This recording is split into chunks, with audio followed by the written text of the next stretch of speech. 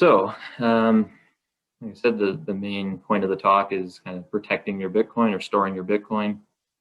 Whether you're just getting into Bitcoin and you're wondering how you can store it, or if you've had some that went up in value a lot over the past year or so, you might be kind of looking to level up how you protect your Bitcoin. So that's the whole point of the talk.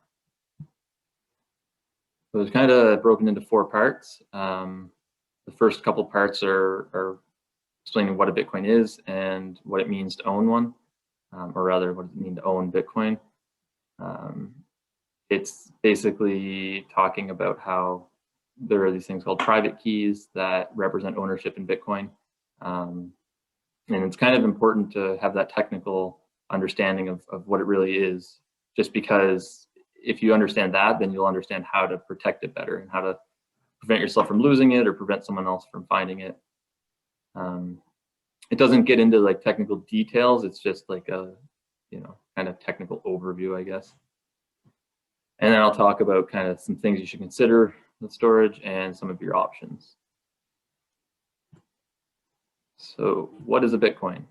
A Bitcoin is equivalent to something called 100 million Satoshis. So in Bitcoin, the unit of value is called a Satoshi. You hear people talking about owning Bitcoins or owning 0.01 Bitcoin, but really that's equivalent to saying they own 1 million Satoshis. So they're the same thing. It's just that the protocol actually uses Satoshis. So that's kind of what I use when I'm talking about the value, how much you actually own. So throughout the talk, I'll use Satoshis or sats, and that's what that means. So Satoshis get created by a process called Bitcoin mining. Essentially, this is people running computers with software that essentially runs through a bunch of computations, and eventually, if they're lucky, they get to mine a new Bitcoin block and create Satoshis out of thin air, basically. So these new Satoshis, they get locked in something that's called a UTXO. So it gets mined and then instantly gets locked up in a UTXO, which is kind of like a container that you can that the Satoshis get stored in. So UTXO is like a lockbox for Satoshis. Every Satoshi is recorded in a UTXO, and they're all locked in different ways. So the way that Satoshis enter the economy is, the miners mine them into their own UTXOs, and then they're able to unlock those UTXOs and send the Satoshis to whoever they'd like. And sending Satoshis is basically they unlock them and then they relock them in a way that only the receiver can unlock them. So Bitcoin transaction, that's basically what I just said. It's a sender unlocks the Satoshis from their own UTXO and then relocks them in a new UTXO that only the recipient can unlock. So technically speaking, like when you hear about a Bitcoin transaction, that's what's happening. So the way that UTXOs get locked and unlocked is through something called scripts. And if you're not a computer person, scripts are basically just computer code that you tell the computer what to do and it does it for you. So some examples of what these Bitcoin scripts might look like. This UTXO can only be unlocked by Alice, or this UTXO can only be unlocked by Bob. You can also have more complex scripts, such as this UTXO can only be unlocked by Carol after February 28th, so you can lock it for a certain amount of time. Or you could say things like, this UTXO can only be unlocked by Alice or Bob, so that basically you can have like shared ownership and whatnot. So to recap so far, you've got a bunch of different moving parts, and for each one of these things I covered, there's like a million things going on under the hood. But really all you need to take away from that section is that Satoshis are the value units. Satoshis get locked in these UTXOs using scripts to lock them and unlock them. And a Bitcoin transaction is when the sender unlocks their UTXO and then relocks the Satoshis into a new UTXO. So this is all done using scripts, and like I said, every Satoshi is locked in a UTXO. And you can have, you know, 1 million Satoshis in one UTXO. So it's not one-to-one. All right, so now what does it mean to actually own a Bitcoin? So as I alluded to earlier, we're talking about private keys and how you use those to unlock Bitcoins. So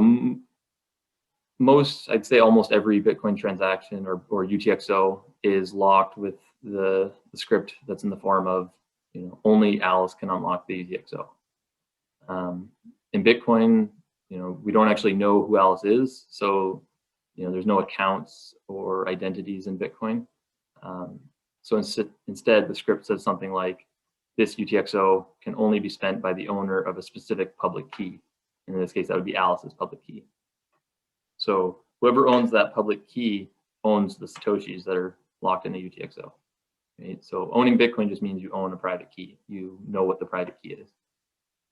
And this all works because using cryptography, I'm able to lock a UTXO so that only your private key can unlock it, and I don't need to know what your private key is. So if you know that's why only you can access your Bitcoin, because only you know the private key. But I can lock it to that private key. So a private key in Bitcoin, you know, it basically just looks like a random string of numbers and letters. But if you look at the second number there, that kind of shows you what a private key actually is. It's just a really big number. You know, there's more possible private keys than there are grains of sand on Earth, or more private keys than there are stars in the universe, or maybe even atoms in the universe. I don't know. Crazy big numbers. It's essentially, it works because there's so many possible private keys that you could never guess someone else's private key, or you could never brute force it with a computer. It's just insanely big numbers. So when you're protecting your Bitcoin, you're really protecting that private key. You want to make sure that you never lose access to it, and you want to make sure that no one else ever gains access to it. So that's why in Bitcoin there's a saying, not your keys, not your coins. So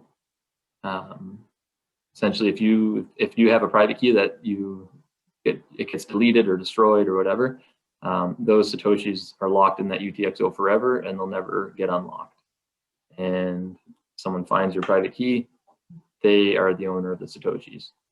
And that could be someone discovering your private key if you leave it laying around your house, if it's on your computer and you have a virus, any number of things. If you have it on your cell phone and then you know, someone finds your phone.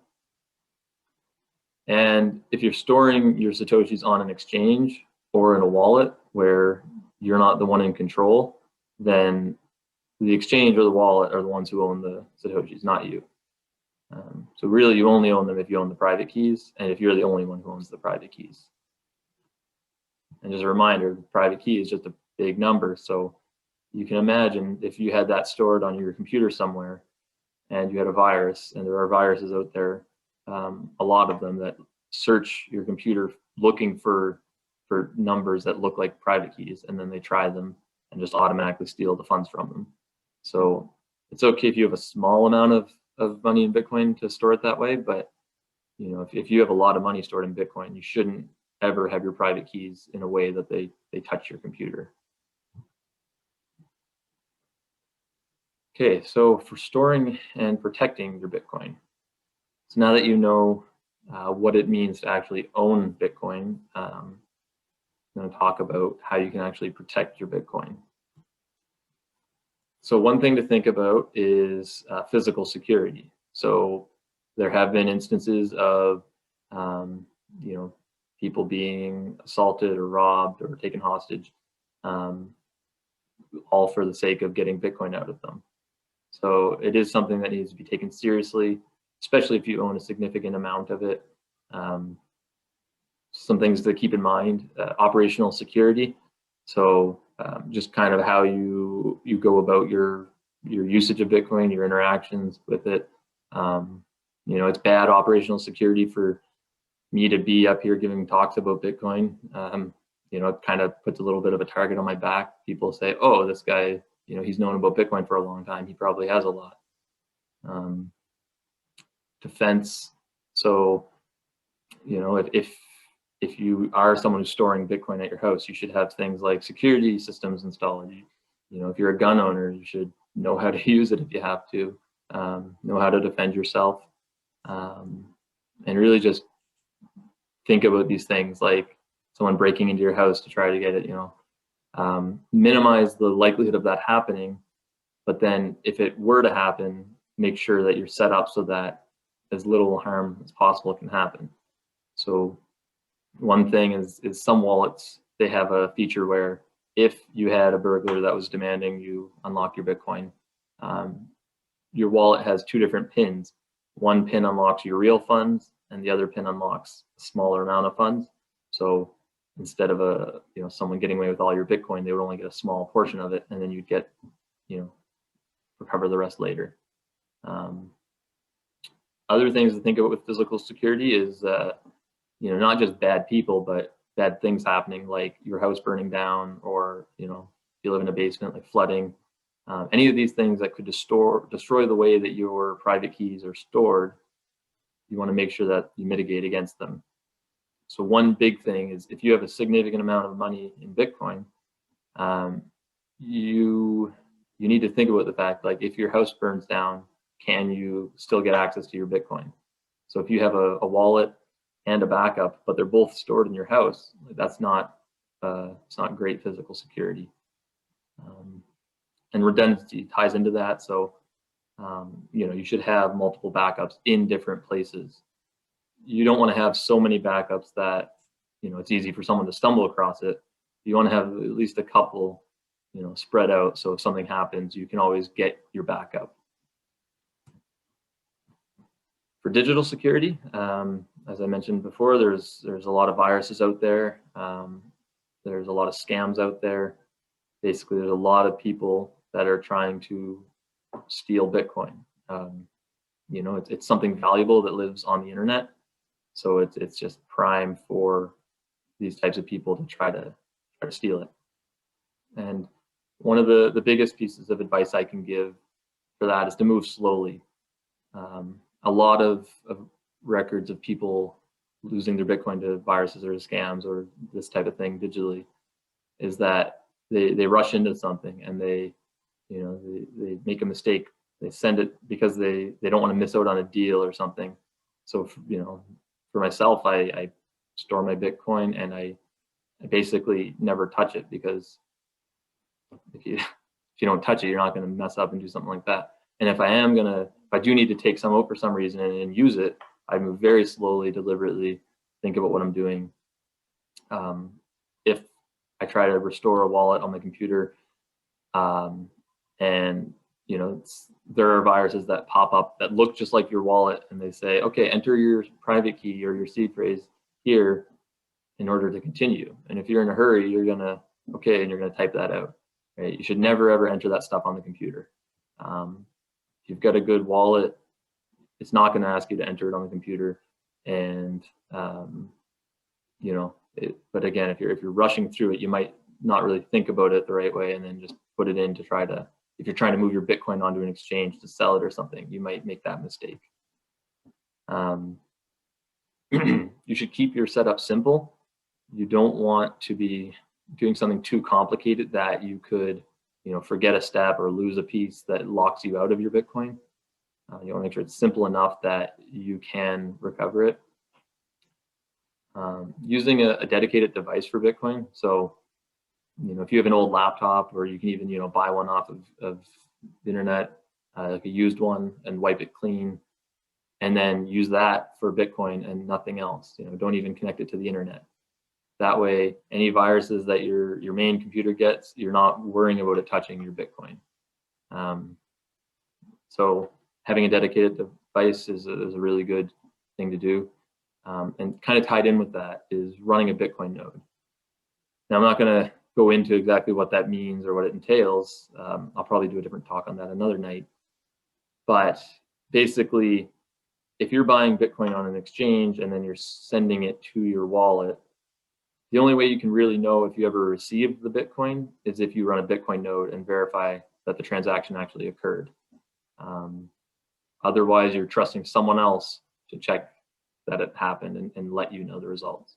So there are cases where, you know, they might be incentivized to lie to you and say that they sent you, you know, the Bitcoin, but they didn't actually. And the last piece around digital security and physical security is you should store your Satoshis as if they're worth 10 times their current value.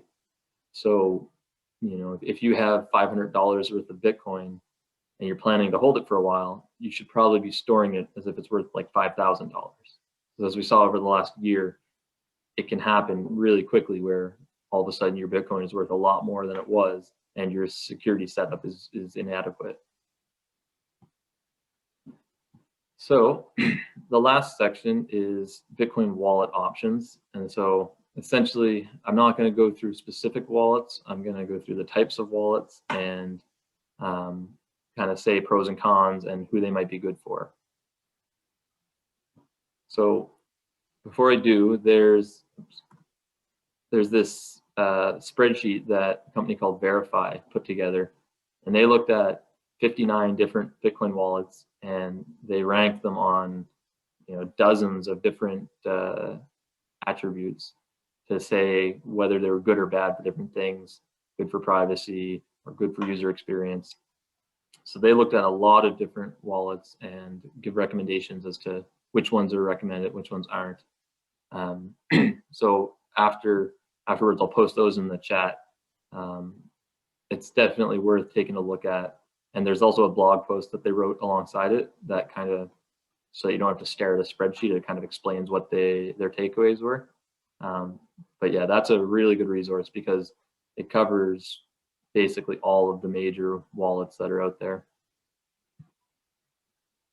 So the first type of you know, method of storing Bitcoin that I'll talk about is online exchanges.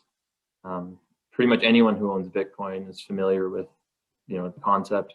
You send some dollars to the exchange, and then you know, through that website you exchange your Bitcoin for your dollars for Bitcoin. So you know, this can be a good way to get Bitcoin, but a lot of people have the bad habit of just leaving their Bitcoin there. Some of the pros to storing your Bitcoin there is that it's really easy to use. Some of these exchanges are insured, and you know, you hope that they're implementing good security practices that maybe you're not able to implement yourself. So those are some of the pros. And in terms of cons, you don't own the private keys, so you don't own the Bitcoin. You just basically own an IOU for the Bitcoin. Exchanges are subject to regulation, so you know, you could definitely have the case where you've got a bunch of money on an exchange and then the government comes in and shuts them down and, you know, seizes the Bitcoin or whatever. And they're also a honeypot for hackers because these exchanges store, you know, millions and millions of dollars worth of Bitcoin. So the hackers are always trying to get into exchanges. And throughout history of Bitcoin, there's been many, many cases where people think their money is on a good exchange and then that exchange gets hacked and loses, you know, everyone's money. So the type of person that I think online exchanges are good for people who just really aren't technical and don't have computer skills, and they're only looking to buy a small amount of Satoshis. You know, if you're looking to put $100 in to see what happens or something, maybe this is a good option for you. But for most people, this is not a good option for actually storing your Bitcoin, especially long term. So the next type of you know, way of storing Bitcoin is through a software wallet. So essentially, this is a program that you run on your computer, or I guess on your cell phone, and the software is designed to manage your private keys for you. So those keys live on your computer. No one else has access to them. So that's good. But still, your computers are on your computer, and especially if you're using like your laptop or something that you usually use for other stuff, then those private keys are on your computer where you could get a virus and you're connected to the internet and stuff. So there's a risk that someone could break in and get those keys. So I recommend these for people who have like a relatively low amount, maybe someone who does want it on their computer so that they can use it to buy stuff. You know, there's nothing wrong with that, but just know that those funds are at risk of a virus or a hacker or whatever. So definitely not a great place to store a lot of value for long term, unless you know what you're doing and you've got it on an offline computer that's only used for Bitcoin, and that's your way of storing it. That could be an okay situation where a software wallet makes sense because it is a good user experience. But that brings me to the next type, which is a hardware wallet. So these little devices they basically are a little USB device, and the private keys live on the hardware wallet. So you can connect it to your computer, you can use it to spend your Bitcoin, but the private keys never leave the device. You know, they unlock your UTXOs on the device and then send all that data back to your computer, and then your computer sends that out to the world. So the private keys never touch your computer, never touch the internet. So they can be a really, really good choice if you're looking to store a lot of value, if you're planning to hold it for a long time. Even if you only have a few $100s, if you're planning to put it there for 10 years and forget about it, you know, a hardware wallet can be a good option for that, because you never know what the value of, you know, $300 worth of Bitcoin is going to be in 10 years. So the pros, yeah, the private keys never leave it, and it's limited functionality. So they're designed specifically for signing Bitcoin, you know, doing Bitcoin scripts and managing private keys. They don't have any other function, and that means they're very hard to, you know, hack or anything like that. Some of the cons behind them are that they're a little bit more difficult to use.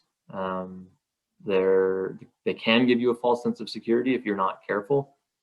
For example, if you're using a regular laptop that you use for everything else, say you get a virus, and then you want to, you know, spend some Bitcoin on that computer with your hardware wallet.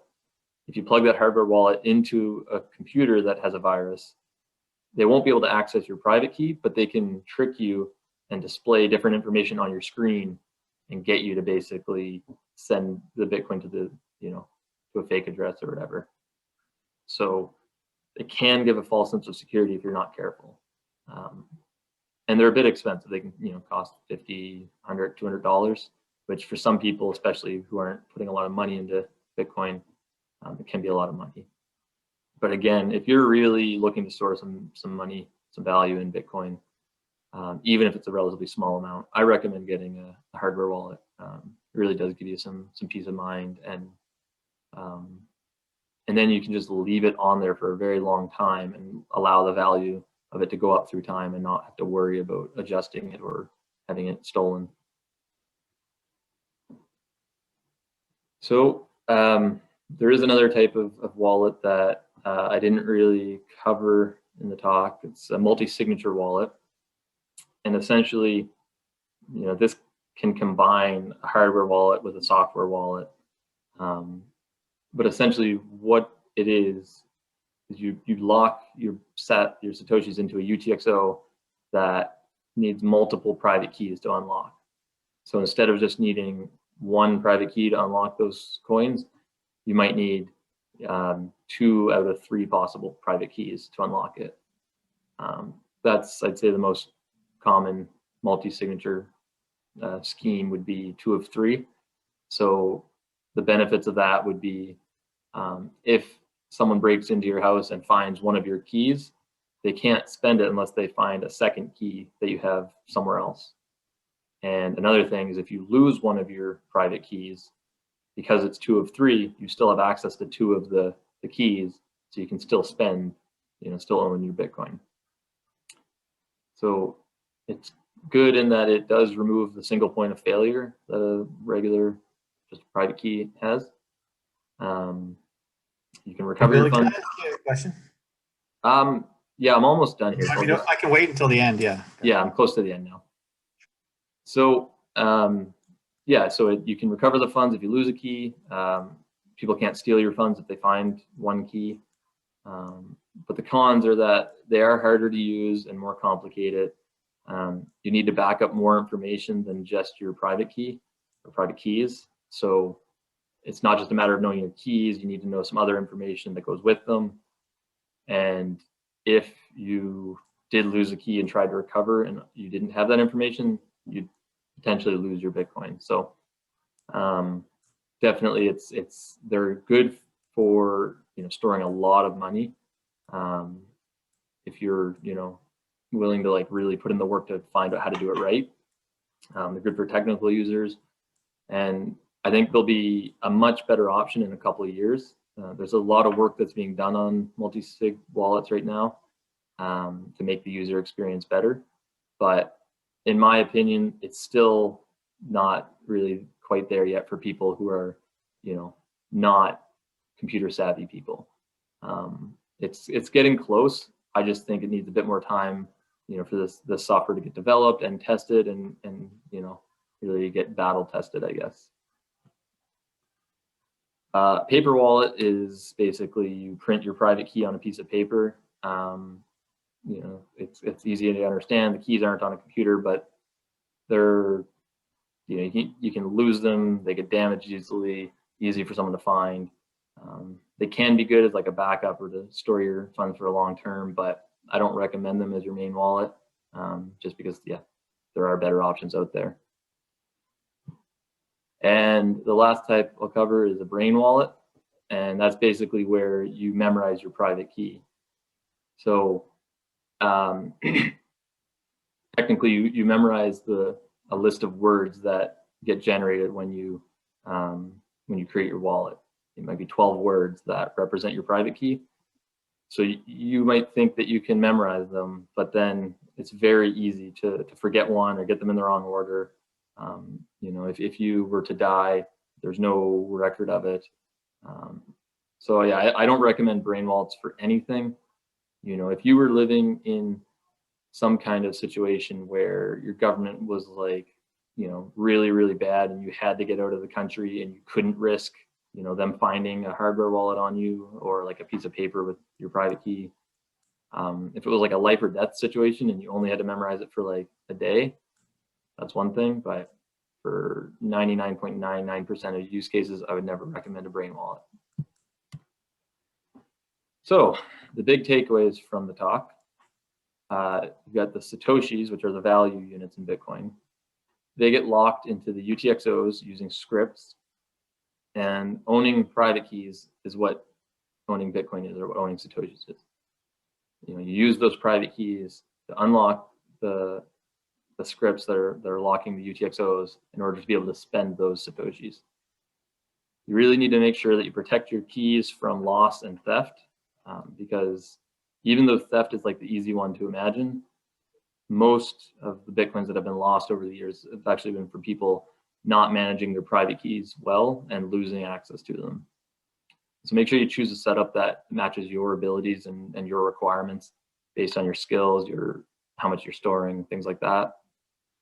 Make sure you keep your setup simple, and remember to protect your Satoshis as if they're worth 10 times what they are now, because throughout the last 10 years of Bitcoin's history, it happens again and again where you have a certain amount and then a year later it's worth 10 times what it was. So just make sure that you're protecting them as if they're more valuable than they are today, because chances are that's the case. So thank you for your attention. If you've got any questions, let me know.